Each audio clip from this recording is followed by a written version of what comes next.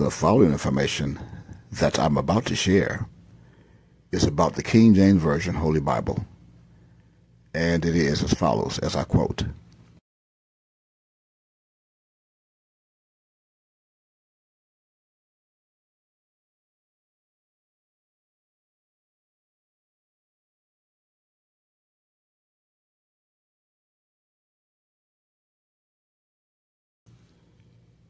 In 1604, King James I of England authorized that a new translation of the Bible into English be started. It was finished in 1611, just 85 years after the first translation of the New Testament into English appeared. That, of course, was published by William Tyndale in 1526, period. The Authorized Version, or King James Version, quickly became the standard for English-speaking Protestants, period.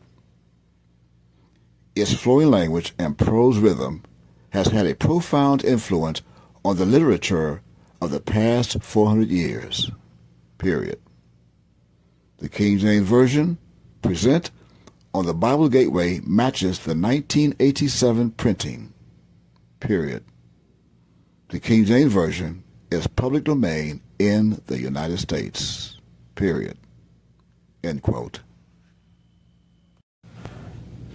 Behold, I will make them of the synagogue of Satan, those who say they are Jews and Jewish, and are not. They are not of Yehuda, but do lie.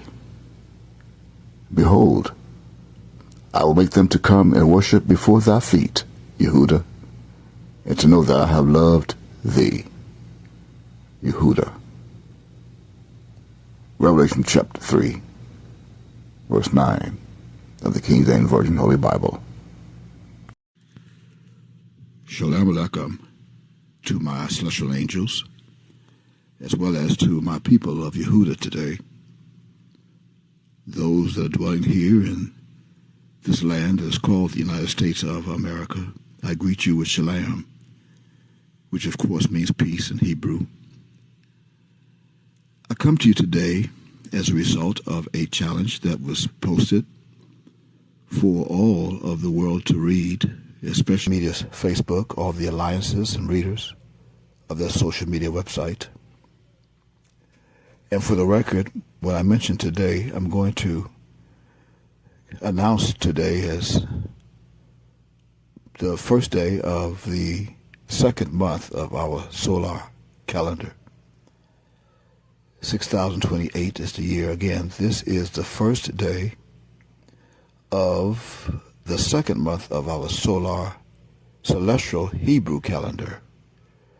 And the year that we record as 6028, this is for the record, is also known by the Gregorian calendar as Tuesday, April the 8th, 2025. And this is for the record only. And I make this known of today so that all who will come after this recording will be thieves and robbers, that is, if they decide to copy what I'm about to share and reveal on this recording as a result of this challenge that I've accepted. Now, the challenge itself comes from a Facebook post from an alliance of Facebook, also known as a Hebrew Israelite, as we recognize my people today as Hebrew Israelites of the so-called tribe of Judah, who are historically known as the great-great-grandchildren of so-called Negro slaves that were brought here to this land that began during the 16th century. And today my people are wandering around on this planet, in this land called the United States, totally lost and confused, which is one of the reasons that motivated me to accept this challenge. They are lost from the history of their culture, their language, their land, their true identity, their God, most importantly, and of themselves. So with that said, I'm going to actually quote the challenge that comes from a celestial post, a celestial name, at least the name is celestial. And the post reads, I'm going to quote it verbatim. It reads, I quote, encyclopedias, dictionaries, concordance, Bible dictionaries all say the same, followed by an ellipsis mark with an extra dot. And also, prove me wrong, all caps, end quote. Now, the challenge of subject and the post is a copy and paste of a definition that's found in back of a Bible, the King James Version Holy Bible. And I'm familiar with this. I have such a Bible that was first published by Tom and Nelson Publishers in 1979. And I'm going to now read and quote what that definition is in the back of that Bible. That Bible has a dictionary in the back. And this particular definition falls under the Y. It is in alphabetical order, the dictionary of that Bible from A to, I believe, Z. And I'm going to quote the Y definition. It's the only Y definition of that Bible, the dictionary. And it reads as, quote, under Y, Yahweh, and Yahweh is in all bold letters in English. The covenant God of Israel, YHWH in all caps, in the original Hebrew, period. According to Jewish custom, comma, because of reverence, the divine name was not to be spoken, comma, so the Hebrew words for Lord and God were substituted, period. Whenever the words Lord and God appear in large and small capital letters, the original Hebrew reads YHWH in all caps, period, end quote. Now, with that said, that is what motivated me when I saw that. It motivated me to accept this challenge.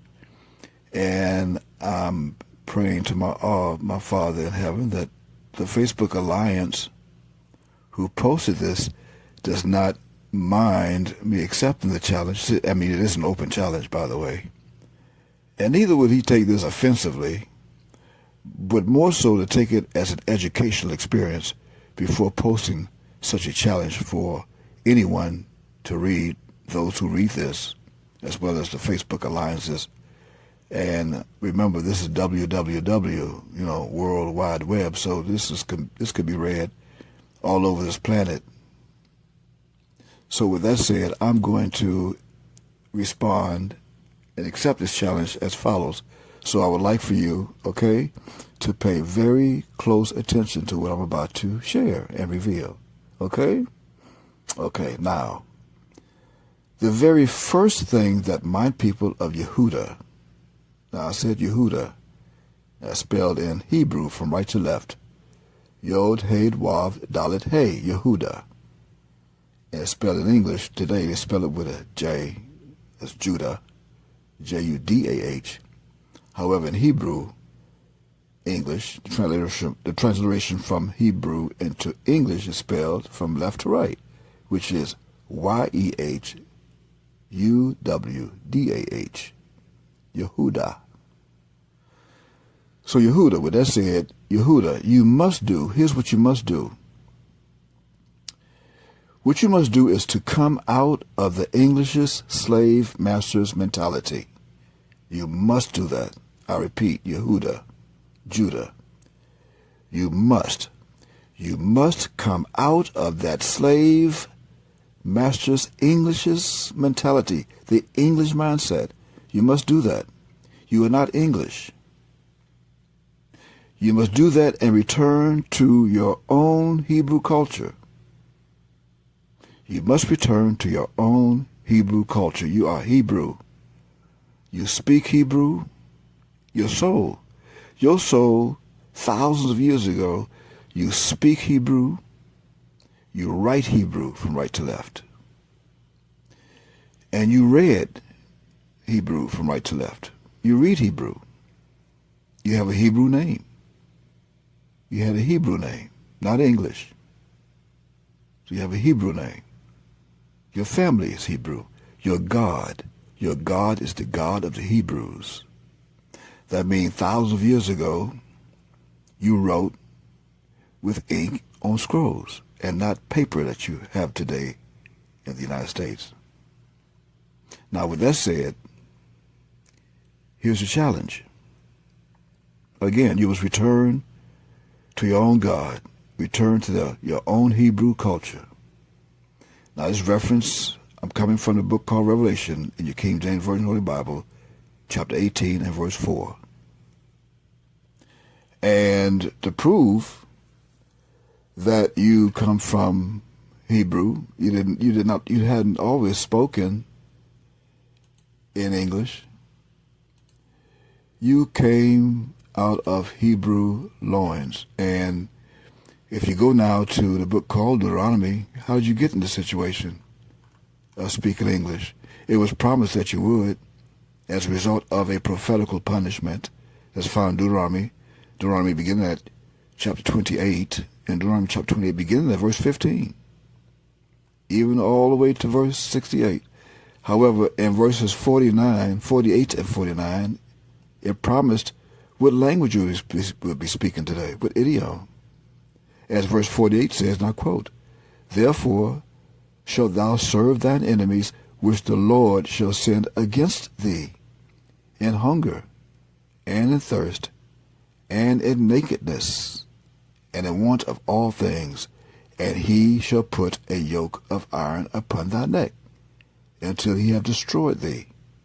Verse 49, "The Lord shall bring a nation against thee from far, from the end of the earth, as swift as the eagle flieth, a nation whose tongue thou shalt not understand." End quote. End of verse 49. Did you hear it? Did you read it? In order for that to read a tongue that thou shalt not understand, that must mean you were not understanding the English language that you speak and write and read today. Why? Because you were speaking, writing, reading Hebrew. But you're caught up today in the English mindset, in so much until you believe and think that you are English. Nevertheless, that was taken from Deuteronomy chapter 28, verses 48 and 49. As well as Malachi, you must return to your God, according to Malachi chapter 3 and verse 7. You must do that. So what does Malachi chapter 3 verse 7 says? How would you return? I mean, how would you go back to your English slave master? By speaking English. But how would you return to your Hebrew God? Malachi chapter 3 verse 7 says, and I quote, "Even from the days of your fathers ye are gone away from mine ordinances, and have not kept them. Return unto me, and I will return unto you, saith the Lord of hosts." The Lord of hosts. "But ye said, wherein shall we return?" End quote. Again, wherein shall we return? End quote. Well, the first return you must do is to your own culture. You must return to self, Hebrew. You must do that.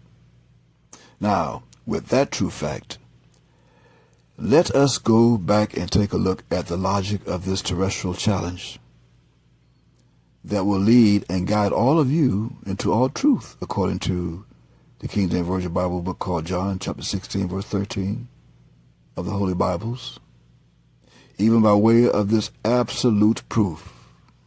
Okay? Okay.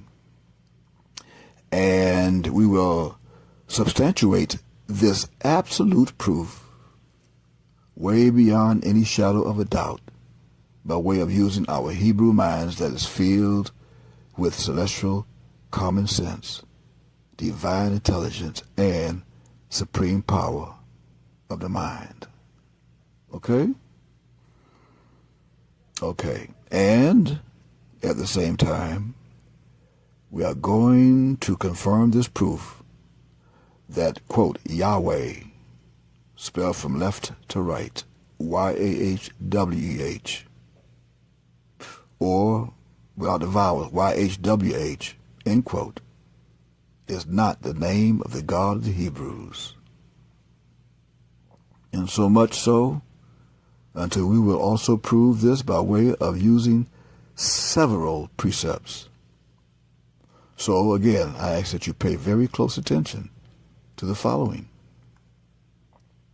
Now, first above all, and according to this very same King James Version, 1611 Authorized Edition of the Holy Bible, which was adopted hundreds of years later by several other theologians of the world and their Bibles, in particular of this subject.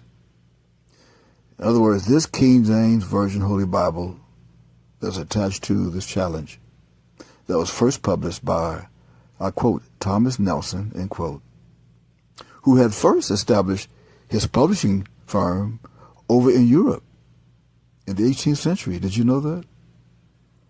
That Thomas Nelson first established his publishing firm over in Europe in the 18th century, that began in West Bow, Edinburgh, that is still there. That is still there, and at the same time was located in Scotland, and still is located in Scotland, that he established in 1798. The first Thomas Nelson established that publishing company, his publishing company, in Scotland and Europe in 1798. And then Nelson and company moved to New York, right here in the United States. One of his great-grandsons moved to the United States here in New York in the 19th century, in 1854 to be exact. And that's according to history.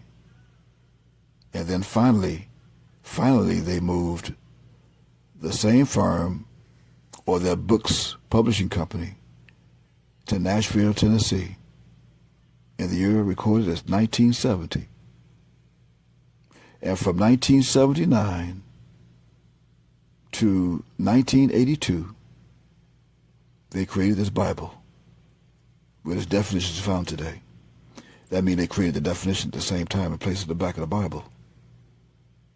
However, they also knew that the God of the Hebrews do not bear or recognize any such English's name that's known today as, I quote again, Yahweh, spelled from left to right in English, Y-A-H-W-E-H.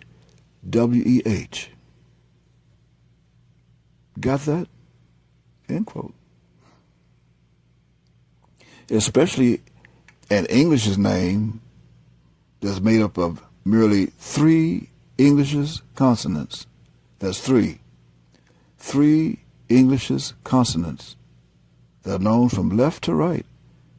That's Y, H, and W.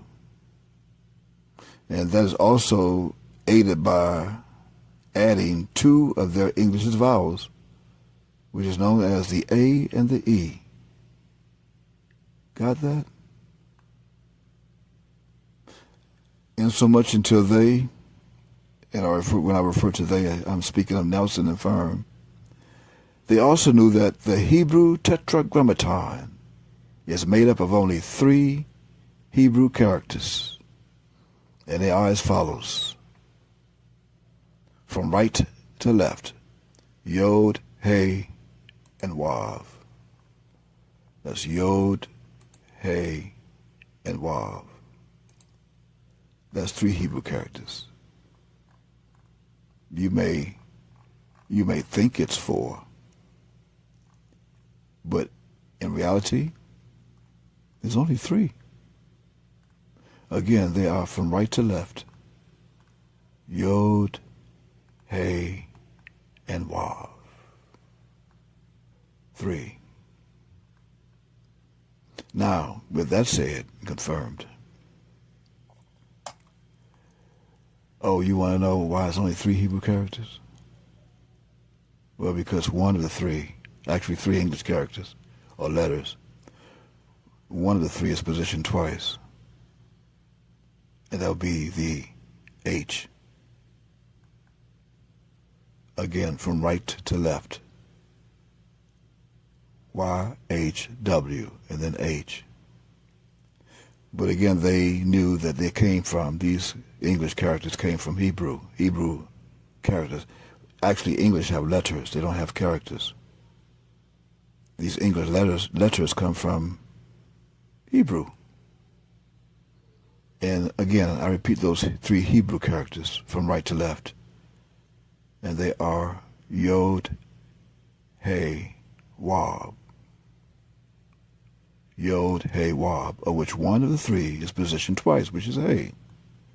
Now, this tetragrammaton was taken from the words of the Hebrew Christ, who symbolically and prophetically identified himself to his disciples and the people of Yehuda over 2,030 years ago as that tetragrammaton, the symbols. In other words, he identified himself by each of those symbols, those characters, Hebrew, 3 characters, one position twice, as follows. I'll quote, the door, which is the first Hey from left, the Wav, or the way, the second, from left to right, the truth, which is the first Hey from right to left, but the third Hey, or the second Hey from left to right, and the life, which is Yod. Now that's all from left to right. The door, the way, the truth, and the life.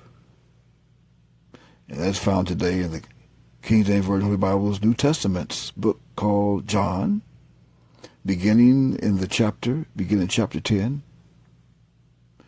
and verse 9 of that book. And that reads, I'm going to read that, John chapter 10, verse 9, I'm going to read that, I quote, I am the door. By me, if any man enter in, he shall be saved, and shall go in and out, and find pasture, end quote. As well as in chapter 14 of John, verse 6. And that reads, I quote, the Christ said unto him, I am the way, the truth, and the life. No man cometh unto the Father, but by me, end quote. Now, with that proof, here is the second thing or precept that you must know. So take a very good and close look at Mr. Nelson's definition, again, that his publishing firm placed in the back among other definitions of this Bible, the English Bible's dictionary, that was translated from the alleged original Hebrew scrolls as follows. And it reads, in parts, I quote, Yahweh, in bold letters, again, Yahweh in bold letters, the covenant God of Israel, etc., end quote. Now, to wit, Israel, quote, Israel, Israel in English, the nation that is called Israel, in English, Israel in English, or Yud Shin Resh Aleph Lamed from right to left in Hebrew. And that is before King James Version Holy Bible's book called Genesis in chapter 32 and verse 28. That name in English or Hebrew, whether in Hebrew or in English, did not exist at all. It did not exist. In other words, of essence, the truth is, Israel, the name Israel, did not come into existence until after Genesis chapter 32 and verse 28, of which Jacob, or Jacob, was called thereafter Israel. He was called Israel. And I'm going to read that. Genesis chapter 32 and verse 28. Chapter 32, verse 28, and that reads, I quote, and he said, thy name shall be called no more Jacob, but Israel. For as a prince hast thou power with God and with men, and hast prevailed, end quote. See, it didn't exist before verse 28 of Genesis chapter 32. So how could God have made a covenant with Israel? See, the truth is, the only covenant that the God of the Hebrews made after the flood of Noah was not with Israel. It never was. But was with Abraham. That was a Hebrew, according to Genesis chapter 14, verse 13, the Hebrew, Abraham the Hebrew. And proven in Genesis chapter 17, verses 2 through 14. And then, in the same promise, that promised covenant that was made by the God of the Hebrews, he then continued his covenant. He continued his covenant with Abraham's son, who was called Isaac at the time. You can confirm that reference in the same Genesis chapter 17 and verses 19, 20, and 21. And that reads, I'm going to read that passage. Genesis chapter 17, verses 19, 20, and 21, which reads, I quote, And God said, Sarah thy wife shall bear thee a son indeed, and thou shalt call his name Isaac. And I will establish my covenant with him for an everlasting covenant, and with his seed after him. And verse 20, And as for Ishmael, I have heard thee. Behold, I have blessed him, and will make him fruitful, and will multiply him exceedingly. 12 princes shall he beget, and I will make him a great nation. And verse 21, finally, But my covenant will I establish with Isaac, which Sarah shall bear unto thee at this set time in the next year, end quote.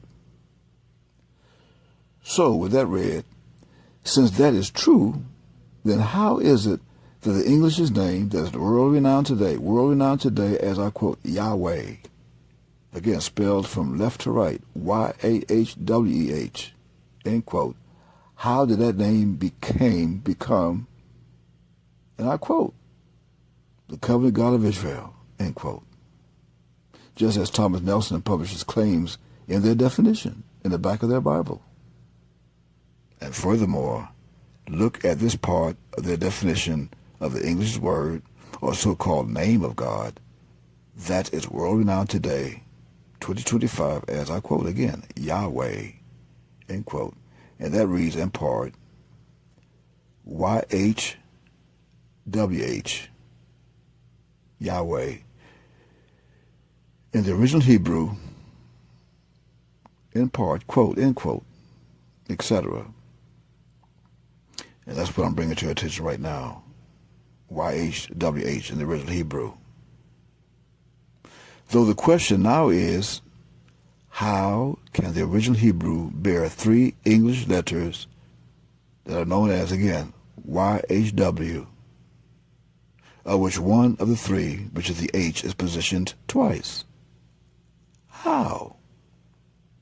And furthermore, to wit, W-I-T. Since they say that those 3 English letters, of which the H is positioned twice, is in fact, and I quote again, the original Hebrew, end quote, then how come they did not place those very same 3, or 4 should you prefer, alleged original Hebrew characters, again, Y-H-W-H, end quotes, in that very same English's definition that is now found in the back of their King James Version, the English reading Holy Bible? See, that is proven by records to be a so-called Holy Bible that was first released by Thomas Nelson to the United States public English readers, writers, and talkers today from the year known as 1979, the very same year that Moses Israel, Moshe came to Miami, first came to Miami of Florida, that very same year. How come? And when we mention those Hebrew characters, we're mentioning as in from right to left, Yod, Hey, and Wav. And of course, Hey added at the end, the second Hey. Why? And then they goes on to add in their same definition by print that, I quote, whenever the words Lord and God appear in large and small capital letters, the original Hebrew reads YHWH, end quote. So again, I repeat the question, which is, since they, meaning Thomas Nelson Publishers, since they say that those three English letters of which the H is positioned twice is in fact taken from, I quote, the original Hebrew, end quote, then how come they did not place these very same true and authentic three, or four should you prefer, original Hebrew characters as in from right to left, Yod, He, Wav, He, He added at the end, in that very same English's definition that is now found in back of their 1979 to 1982 King James Version English's Reading Holy Bible? That's the question. Why? Well, because it is not true. That's why. Why? Because according to them, it is a Jewish custom. Because of reverence, the divine name was not to be spoken by them only. How? Well, in English, opposed to being spoken by them in Hebrew. In other words, the custom of the Jews and their Torah is, first of all, in vain. The custom of those people are in vain, according to the book called Jeremiah in chapter 10 and verse 3. Jeremiah chapter 10 and verse 3 says, I'm going to quote that for you. Quote, for the custom of the people are vain. For one cutteth a tree out of the forest, the work of the hands of the workman with the axe, end quote. So here's another custom that's vain that the people have made. Going back to the custom of the Jews, I mean, their Torah is to speak Hebrew and not English. And that's a custom. They cannot read English if they're reading Hebrew. They cannot speak or speak and read Hebrew if they speak in English. They cannot speak and read English if they read in Hebrew. So Yahweh was taken out of the English's Bibles for the sake of the Jews or the Yehudites or Judah's custom, which is not the name of the God of the Hebrews. It is not the name of the Hebrew God. I repeat, Yahweh is not the God, the name of the God of the Hebrews. Reference Exodus chapter 9, verse 1. Or did you not know that the God that created the universe is the God of the Hebrews? We'll take a look at Exodus chapter 9 and verse 1, and I'm going to quote that. Quote, then the Lord said unto Moses, go in unto Pharaoh, and tell him, thus saith the Lord God of the Hebrews, let my people go, that they may serve me, end quote. So where'd you get off on believing or thinking that this God that created everything is the God of the English? In other words, Yehuda, Yod, He, Wav, Dalet, He, Judah. Even Judah does not and did not speak English. So after the English transliterations, after the English transliterations of John Wycliffe's Bible in 1382 and William Tyndale's Bible in 1526, of which both of those theologians of England, they placed the Tetragrammaton, Yod, He, Wav, He, in their Bibles and were burned alive for doing that. And the release of King James's Bible in 1611, of which those 47 theologians of King James was afraid to be burned alive in the public. So they'd place Yah, Y-A-H, in Psalms chapter 68, verse 4 of that Bible. Or today you will see it with a bogus J, as in Jah. That don't exist. They proved at the same time that Yahweh is not the name of the God of the Hebrews when they did that. Who? Thomas Nelson Publishers. And finally, if Yahweh, quote, end quote, was God's name that was not to be spoken, and or was the covenant God of Israel, then why is it now true that the God of the Hebrews is still alive and ever was, forever, from everlasting was? And in fact, why is it not true that he ordered that to become a custom? He didn't order that to become a custom, as the divine name was not to be spoken. It's not a name. And furthermore, why is it also true in the King James Version Bible's book called Genesis, the first one, in chapter 4, verse 26, that when Enos, the son of Seth, was born, that men began to call him the Hebrew name of God? Did you know that? I mean, if it was true that the divine name was not to be spoken even in the Torah or the scrolls, then why is it recorded today in English print in the King James Version Holy Bible in the book called Genesis in chapter 4 and verse 26, and I'm going to quote that. Genesis chapter 4 verse 26 reads, and I quote, "And to Seth, to him also there was born a son, and he called his name Enos. Then began men to call upon the name of the Lord," end quote. How could that be if the divine name was not to be spoken? And lastly, I say this: how can a promise be made in the King James Version book called Joel in chapter 2 and verse 32? And that reads, I quote, "And it shall come to pass that whosoever shall call on the name of the Lord shall be delivered. For in Mount Zion and in Jerusalem shall be deliverance, as the Lord has said, and in the remnant whom the Lord shall call," end quote. How is it that the divine name should not be spoken? And yet you're reading Lord and God according to them. Or did you know that? Did you know that the name of the Lord was promised to be uttered by one Hebrew character? If not, if you did not know that, then study that prophetical promise that is found today and read today in English in the King James Version Holy Bible's book called Zechariah in chapter 14 and verse 9. Again, Zechariah chapter 14 and verse 9, and that reads, I quote, "And the Lord shall be king over all the earth, and that day shall be one Lord, and his name one," end quote. This Lord is a Hebrew Lord and not an English Lord. And that one will be one Hebrew character known today as Yod, life.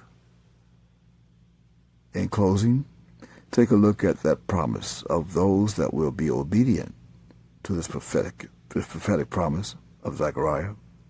Take a look at the obedience of this prophecy that is found in chapter 13 of Zechariah and verse 9. So go back to chapter 13 of Zechariah and let's read verse 9, which says, and I quote, "And I will bring the third part through the fire, and will refine them as silver is refined, and will try them as gold is tried. They shall call on my name, and I will hear them. I will say, it is my people, and they shall say, the Lord, Yod, is my God," end quote. Period. But in the last days it shall come to pass that the mountain of the house of the Lord shall be established in the top of the mountains, and it shall be exalted above the hills, and people shall flow unto it. And many nations shall come and say, Come, and let us go up to the mountain of the Lord, and to the house of the God of Jacob, and he will teach us of his ways, and we will walk in his paths. For the law shall go forth of Zion, and the word of the Lord from Jerusalem. And he shall judge among many people, and rebuke strong nations afar off. And they shall beat their swords into plowshares, and their spears into pruning hooks. Nation shall not lift up a sword against nation, neither shall they learn war any more. But they shall sit every man under his vine and under his fig tree, and none shall make them afraid. For the mouth of the Lord of hosts hath spoken it. For all people will walk every one in the name of his God, and we will walk in the name of the Lord our God forever and ever. Micah chapter 4 and verses 1 through 5. Now gather thyself in troops, O daughter of troops. He hath laid siege against us. They shall smite the judge of Israel with a rod upon the cheek. But thou, Bethlehem Ephrathah, though thou be little among the thousands of Judah, yet out of thee shall he come forth unto me that is to be ruler in Israel, whose goings forth have been from of old, from everlasting. Therefore will he give them up unto the time that she which travaileth had brought forth. Then the remnant of his brethren shall return unto the children of Israel. He shall stand and feed in the strength of the Lord, in the majesty of the name of the Lord his God, and they shall abide. For now shall he be great unto the ends of the earth, and this man shall be the peace. Shalom. When the Assyrian shall come into our land, and when he shall tread in our palaces, then shall we raise against him 7 shepherds and 8 principal men. Micah chapter 5, verses 1 through 5. So is that proof enough? I think it's safe to say that we proved this Facebook alliance wrong in so many ways. How is that? Because Yahweh in English is not the name of the God of the Hebrews. Period. Shalom Aleichem, my celestial angels.